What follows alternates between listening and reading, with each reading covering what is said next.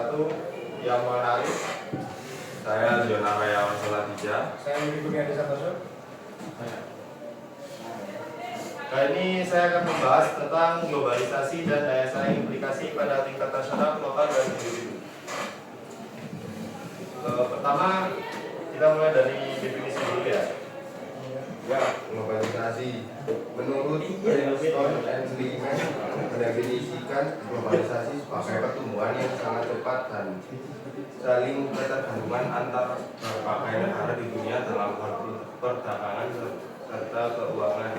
Menurut Anthony Giddens, globalisasi adalah kondisi di mana banyak orang menyadari bahwa mereka turut ambil bagian dalam sebuah dunia yang terus berubah tanpa kendali.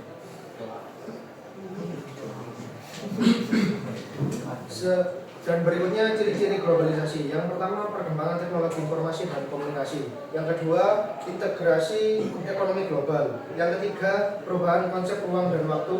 Dan yang keempat, pertukaran budaya yang intensif. Yang kelima, meningkatnya kesadaran global. Yang keenam, standarisasi dan harmonisasi.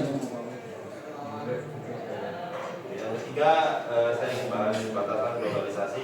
Yang pertama itu ketidakadilan ekonomi, kesenjangan dan eksploitasi. Kita bisa lihat di negara-negara Afrika itu ekonominya rendah, tapi sumber daya alamnya melimpah seperti kobalt itu dia banyak, tapi masih miskin gitu ya, karena memang eksploitasinya sangat besar-besaran dari negara-negara luar seperti Prancis, Amerika Serikat.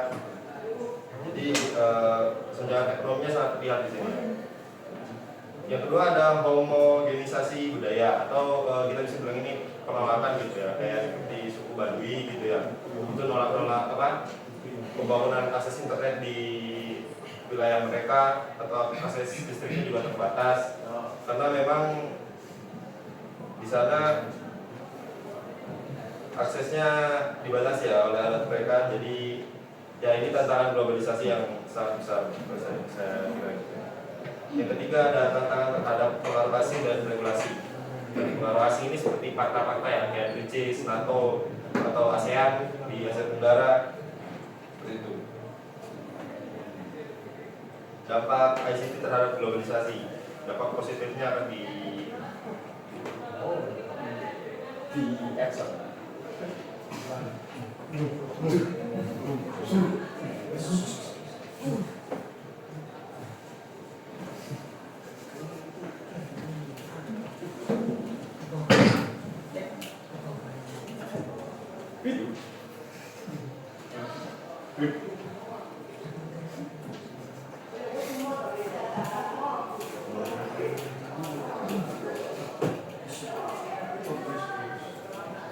Dampak ICT terhadap globalisasi.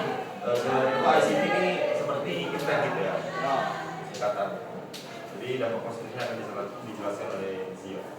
Dampak positifnya yaitu akses lebih mudah ke informasi. Kemajuan teknologi telah membuka akses yang lebih mudah ke berbagai sumber informasi.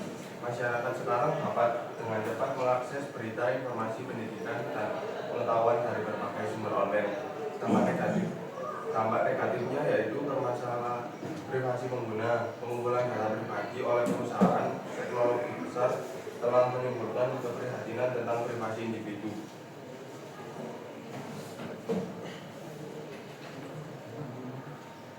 Untuk keuntungan globalisasi, yang pertama yaitu peningkatan pertumbuhan ekonomi. Yang kedua, transfer teknologi dan pengetahuan. Dan yang ketiga, peningkatan akses terhadap pendidikan. Yang keempat, kemajuan dalam kesehatan global. Yang kelima, peningkatan kesadaran dan solidaritas global. Untuk kerugian dari globalisasi sendiri, yang pertama kesenjangan ekonomi yang melebar. Yang kedua, hilangnya lapangan kerja dan sektor tertentu. Yang ketiga, eksploitasi tenaga kerja di negara berkembang.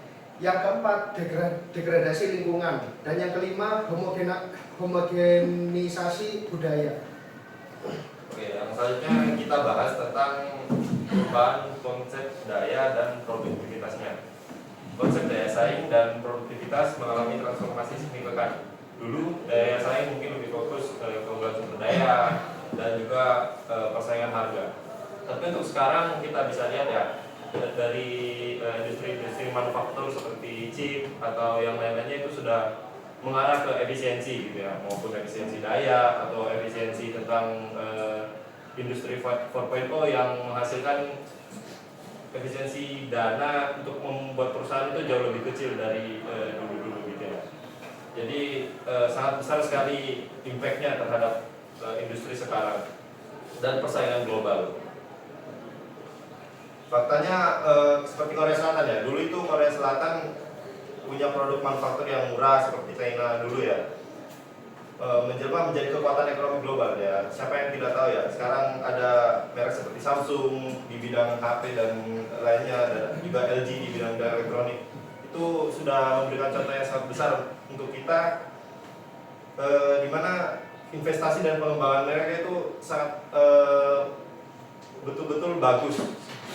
Mungkin di HP kayak Samsung Dex gitu, kita bisa lihat itu bisa langsung disambungkan di monitor itu, dan dia bisa merubah sistemnya menjadi kayak Windows gitu ya, jadi lebih bagus. Dan Singapura negaranya kecil ya, tidak seluas hampir seluas kota Jakarta, namun kita bisa akui ya, pendidikan mereka, perbankan mereka, dan keuangan mereka itu sangat tertata sekali gitu, karena memang mulai dari budaya, prospek ekonomi, dan juga pengolahan sumber daya manusia mereka itu sangat bagus sekali gitu. Jadi seperti itu, fakta-fakta seperti itu. Kontribusi produktivitas terhadap pengembangan nasional itu akan disebutkan oleh Zio. Yang pertama yaitu pertumbuhan ekonomi, kedua lapangan kerja, ketiga peningkatan daya saing, keempat pengurangan ketergantungan asing.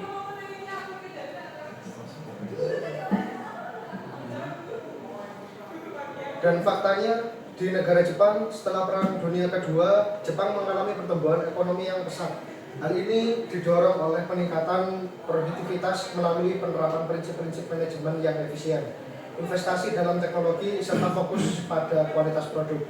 Dan fakta yang kedua yaitu di negara Cina. Dalam beberapa dekade terakhir, Tiongkok telah menjadi kekuatan ekonomi dunia. Pertumbuhan ekonomi Tiongkok didorong oleh peningkatan produktivitas melalui industrialisasi, investasi dalam infrastruktur, serta reformasi ekonomi yang membuka pasar bagi investasi asing. Oke, paradigma baru dalam meningkatkan produktivitas atau model baru gitu ya. Dalam era digital saat ini, paradigma baru dalam meningkatkan produktivitas melibatkan pemanfaatan teknologi digital, peningkatan kompetensi tenaga kerja, dan serta penerapan strategi bisnis yang adaptif terhadap perubahan global. Jadi teknologi digital itu seperti kalau sekarang adanya kayak persaingan AI seperti ya, DeepSeek sama Grok gitu ya, mungkin dari Tesla, dan peningkatan kompetensi tenaga kerja melalui banyak sekali workshop, seminar-seminar sekarang yang kita bisa temui di mana saja gitu ya. Yang ketiga ada strategi bisnis yang adaptif gitu ya. Kita bisa lihat sekarang iklan-iklan seperti Gojek atau Tokopedia itu tidak seperti iklan konvensional yang hanya menawarkan produk, namun mereka menawarkan apa ya, habit baru kepada manusia gitu. Kita bisa lihat di contohnya ada e-commerce. Platform e-commerce ini menggunakan teknologi digital untuk menghubungkan penjual dan pembeli secara online gitu ya. Dulu kita harus pergi ke pasar untuk beli sesuatu, dan sekarang kita tinggal pencet dan barangnya datang di rumah. Yang kedua ada bank digital ya, bank digital seperti Bank Jago gitu ya, atau bank seperti GoPay itu juga termasuk ya. Jadi tidak perlu ada lagi kantor-kantor cabang seperti bank-bank konvensional kayak Mandiri Indonesia gitu. Tapi dua-duanya ini ada plus minusnya menurut saya. Seperti kata Thomas L. Friedman, globalisasi adalah sistem internasional yang menggantikan sistem perang dingin, dan globalisasi adalah sesuatu yang sangat berbeda dan lebih kompleks dari apa yang terjadi sebelumnya. Artinya ini memang perubahan yang sangat cepat menurut definisi di awal ya, sangat cepat dan juga kompleks dari zaman-zaman sebelumnya. Apakah ada pertanyaan?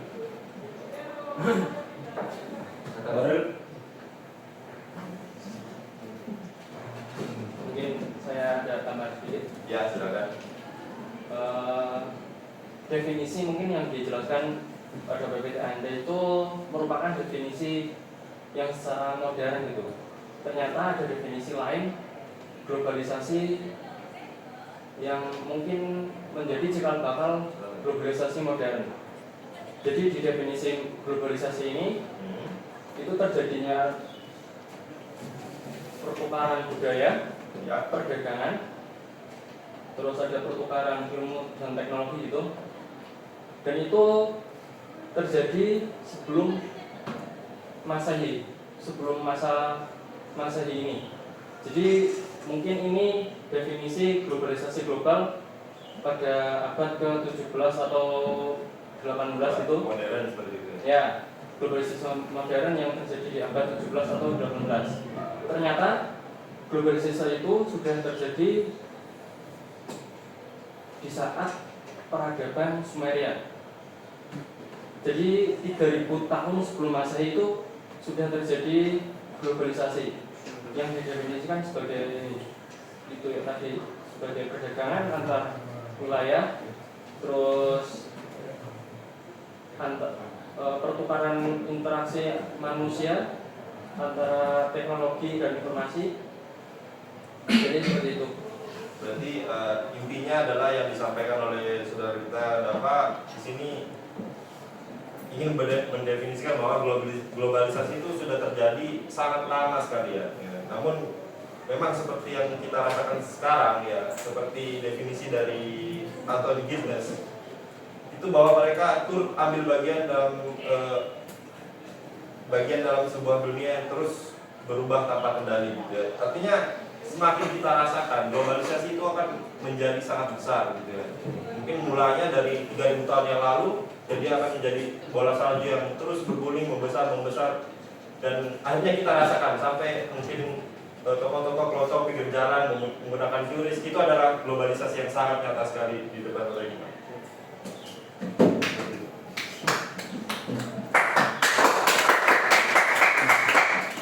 Baik, kita akan beralih ke materi yang kedua.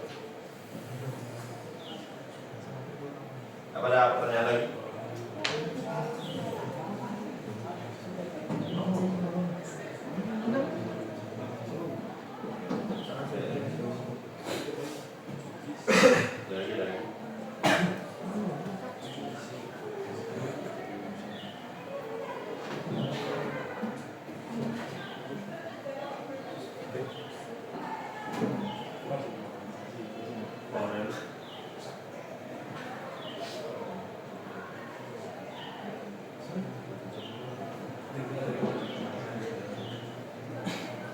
Tidak lagi ya.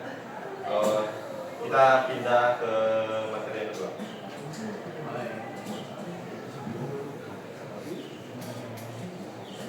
Wah.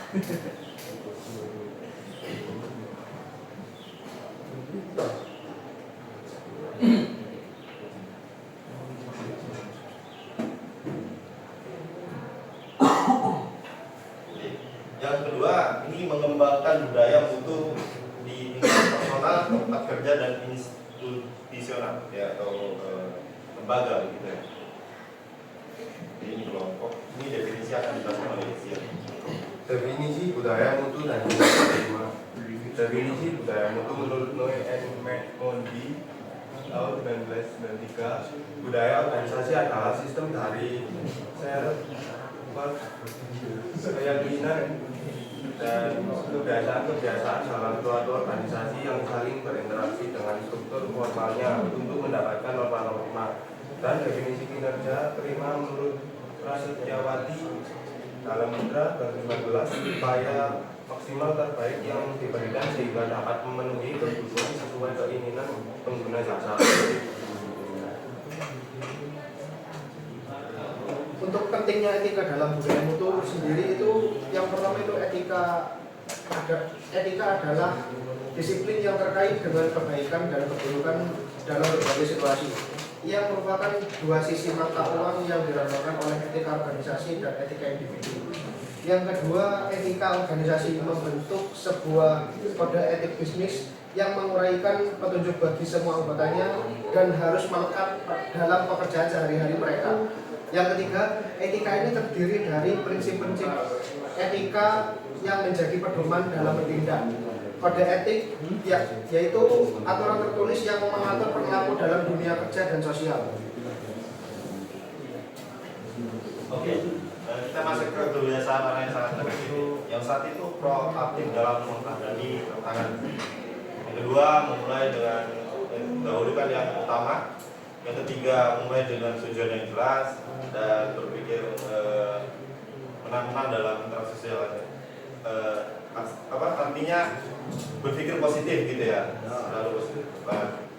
Dan yang kelima, berusaha memahami sebelum ingin dipahami. Dan 6, menciptakan sinergi dalam kerjasama. Artinya proaktif dan mendahulukan yang utama, terus tujuan, terus sinergi, kolaborasi atau kerjasama gitu.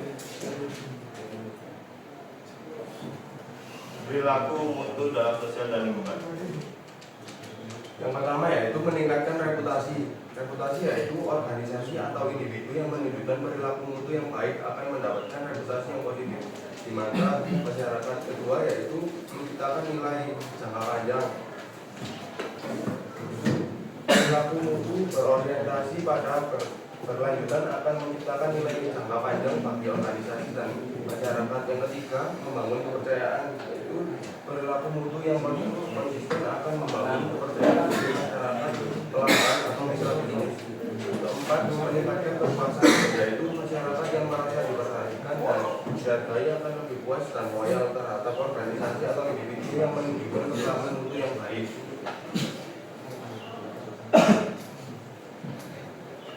Dan selanjutnya yaitu kepatuhan terhadap kode etik profesi. Yang pertama yaitu integritas.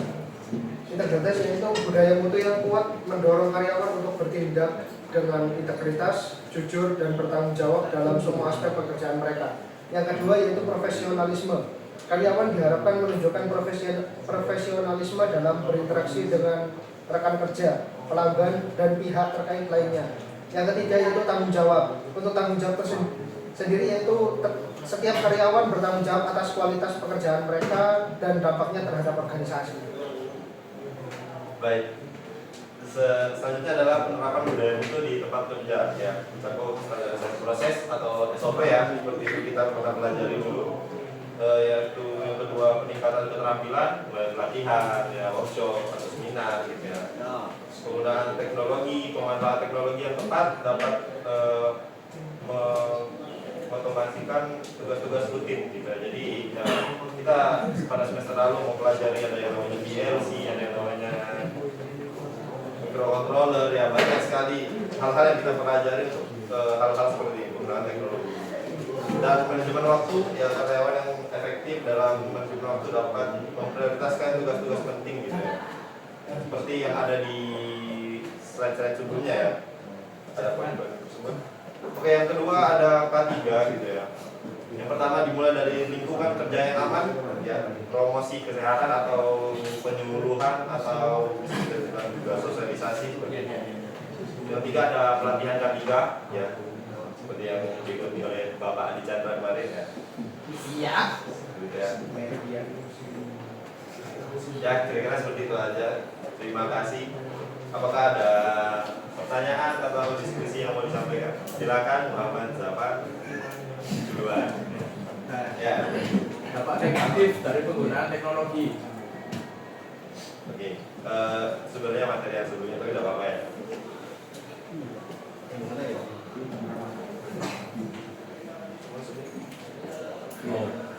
Apa mau diubah? Oh ya. Nyaman. Mas Nyoman gimana? Menurut statement Anda yang terhadap kepatuhan terhadap kode etik profesi. Nah, itu semua yang di PPT-nya itu hanya mencantumkan karyawan. Apakah seperti atasan-atasan itu tidak mempunyai kode etik atau bagaimana? Kan seharusnya semua mempunyai kode etik terhadap karyawan, terhadap bos atau bagaimana? Kira ini hanya masalah definisi saja gitu. Ya. Jadi Artinya kalau misalnya sebagai pemimpin ya kita juga harus punya integritas, profesionalisme dan juga tanggung jawab itu juga diperlukan. Mungkin caranya akan berbeda dengan apa yang diterapkan oleh staf-staf mereka, tapi pada intinya adalah kita harus memahami betul ya bagian-bagian ini seperti integritas. Integritas itu bagaimana kita men-treat ya sama karyawan gitu, profesionalisme gitu ya, tidak melibatkan urusan-urusan pribadi dalam pekerjaan, itu juga hal yang kita perlu terapkan seperti itu. Mau atasan, mau stafnya juga ya seperti itu.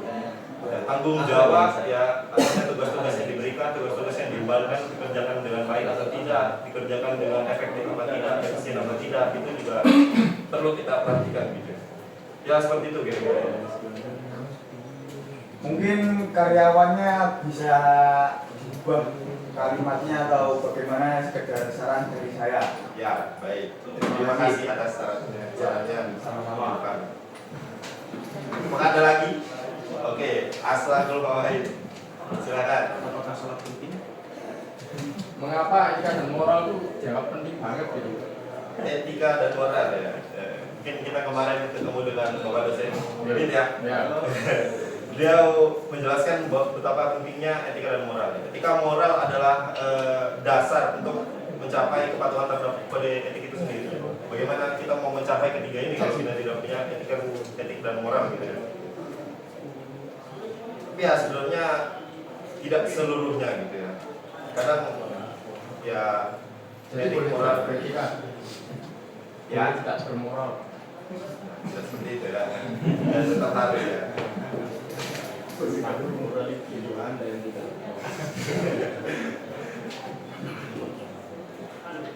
Ada lagi? Oke, silakan. Bagaimana cara menerapkan budaya menjadi tempat kerja agar dapat meningkatkan kinerja individu dan organisasi? Cara intinya bagaimana cara meningkatkan mutunya gitu ya.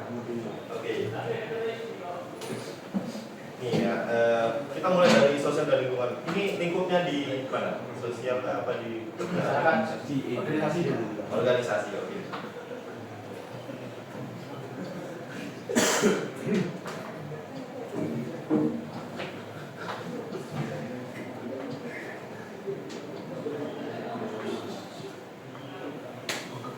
Ini bisa jadi acuan ya sebenarnya. Pertama dari individunya dulu ya, kita bangun proaktif dalam tantangan, memulai dengan tujuan dahulukan yang utama, memulai dengan tujuan yang jelas dan berpikir positif, menang ke depan. Ini saya kira pedoman dasar ya untuk kita. Jadi untuk organisasi sendiri menurut saya tidak hanya organisasi ya, pekerjaan juga. Mulai dari individu dulu, habis itu efektif juga dalam berorganisasi antar kerjasama manusia satu dengan yang lainnya, dan juga yang ketiga secara keseluruhan ya, mungkin dari struktur organisasinya dan prokjanya ya, program kerjanya ke depan seperti apa, itu sangat perlu disusun sedemikian rupa di awal ya, agar kita tidak melenceng dari tujuan utama organisasi itu. Seperti itu kira-kira ya. Silakan. Tetapi dari perilaku individu dalam sosial dan lingkungan adalah konteks perilaku saling yang berorientasi pada kesejahteraan. Bagaimana organisasi dapat mengukur dan melaporkan dampak sosial dan lingkungan secara transparan. Oh, yang ini yang menciptakan nilai jangka panjang ini ya? Ya, Apa pertanyaannya tadi? bagaimana cara mengukur dan melaporkan dampak sosial dan lingkungan secara transparan, serta bagaimana menggunakan 4 dalih tersebut untuk meningkatkan kinerja dalam mereka Dampak lingkungan. transparan. Begini ya, untuk dampak lingkungan ini kita harus lihat dulu ya. Apakah termasuk misalnya organisasinya berpengaruh terhadap lingkungannya? Mungkin dia kerjaannya kontraktor gitu ya, baru kita bisa menghadapi lingkungannya atau lingkungan secara sosialnya juga bisa sebenarnya.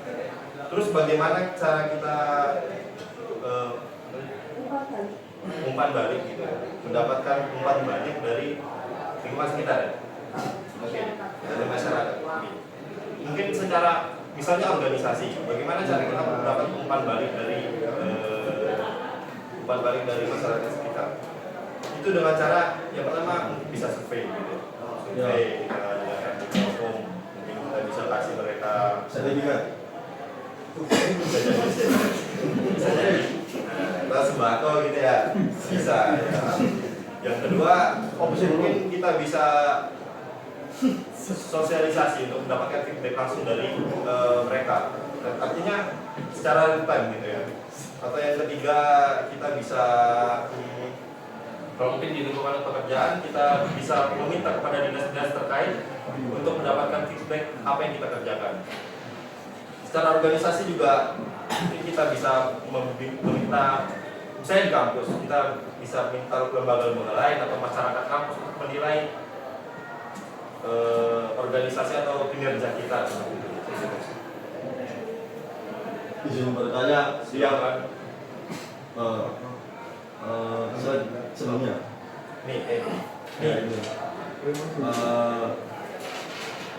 untuk acuan Anda tentang meningkatkan kepuasan itu apa? Kan setiap individu kan mempunyai nilai kepuasan yang berbeda-beda.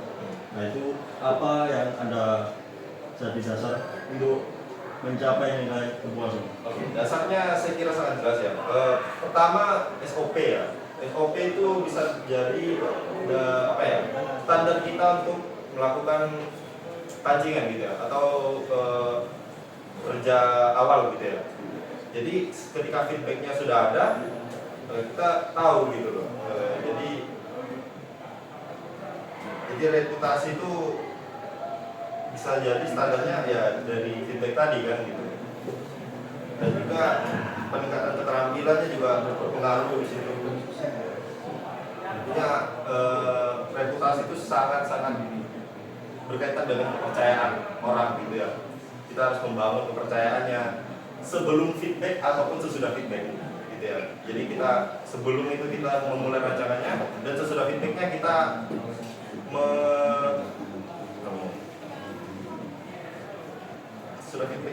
meningkatkan gitu ya, meningkatkan reputasi dari kinerja kita terhadap kinerja kita. Boleh sudah? Boleh ya. Mungkin sudah ya. Kemana ya? Kasih dokumen. Jadi, Oh ya, jadi intinya nilai kepuasan itu berindikator dari kepercayaan konsumen atau lainnya ya. Sangat bekerja sama dalam pelatihnya itu ya. Ya, artinya kalau organisasinya kepolisian gitu ya, bagaimana mereka menerima kepentingan masyarakat, itu kan kepercayaan publik gitu ya, menilai kinerja mereka. Terima kasih. Oke, silakan. Ya, silakan. Yang berlaku dalam Ya, oke. Silakan. Ini saya mau bertanya tentang meningkatkan kepuasan. Masyarakat yang merasa diperhatikan dan dihargai akan lebih puas dan loyal terhadap organisasi atau individu yang menunjukkan perilaku itu yang baik. Di sini saya mau bertanya, bagaimana cara sebuah organisasi menunjukkan bahwa mereka memperhatikan masyarakat? Oke. Pertama, kalau pernyataannya seperti itu kita harus lihat dulu ya. Berarti instansi yang dituju adalah instansi yang berhubungan langsung oleh masyarakat. Seperti misalnya polisi, tentara, mungkin tentara enggak ya, tapi kan kesalahan mereka sangat-sangat bersinggungan dengan masyarakat. Terus pertanyaan. Bagaimana cara sebuah organisasi menunjukkan bahwa mereka memperhatikan masyarakat? Pertama, kalau dilihat dari datanya saja, kita bisa lihat dari survei kepercayaan publik, bisa ya. atau kita bisa lihat, kita tanya langsung pada masyarakat, ya kita ketemu orang di pinggir jalan terus kita langsung tanyakan saja gitu. Sebenarnya bisa kan gitu. Itu mungkin kita tanya 10 orang, mungkin 7 dari 10 orang tersebut akan menampilkan rata-ratanya gitu ya, atau mungkin 8 atau mungkin 6 dari 10-nya itu akan menyatakan apa yang terjadi realnya gitu ya. Tapi kadang kita bisa bagaimana ya? Kalau kinerja itu tidak bisa dibandingkan dengan apa yang ada di survei tersebut sebenarnya. Mungkin seperti kepolisian. Kepolisian itu ada di bidang penyidikan, ada di bidang penyidikan kan jarang sekali disorot media. Ya forensik, ada otopsi, intel gitu ya. Bisa ya. Mafia bola. Mafia bola ya. Bisa, itu kan bagian dari penyidikan. Koruptor KPK ya. Itu gitu. Tapi ya bisa saja kan gitu. Lalu bagaimana cara melihat apakah kinerja ini bagus apa tidak? Ya kita tidak bisa menilai seluruhnya gitu. Hanya saja apa yang ditampilkan, ya itulah apa yang kita bisa nilai di situ ya. Jadi penilaiannya kita hanya bisa dapat dari situ saja. Mungkin saya boleh menambahkan jawaban. Silakan. Untuk bisa kita mempercayai perusahaan itu, sebenarnya perusahaan itu mendengarkan feedback dari masyarakat atau orang-orang yang terkait interaksi dengan perusahaan tersebut. Mereka akan mendengarkan dan memberikan umpan balik lagi kepada masyarakat agar masyarakat itu bisa mempercayai instansi atau organisasi yang berkaitan dengan masyarakat itu sendiri. Seperti itu. Artinya klien itu bisa memberi ya gitu, bisa memberi masukan, bisa memberi masukan ke orang perusahaan. Ini kira-kira seperti itu. Dan tambahan lagi. Terima kasih atas jawaban yang singkat dan bagus. Saya setuju.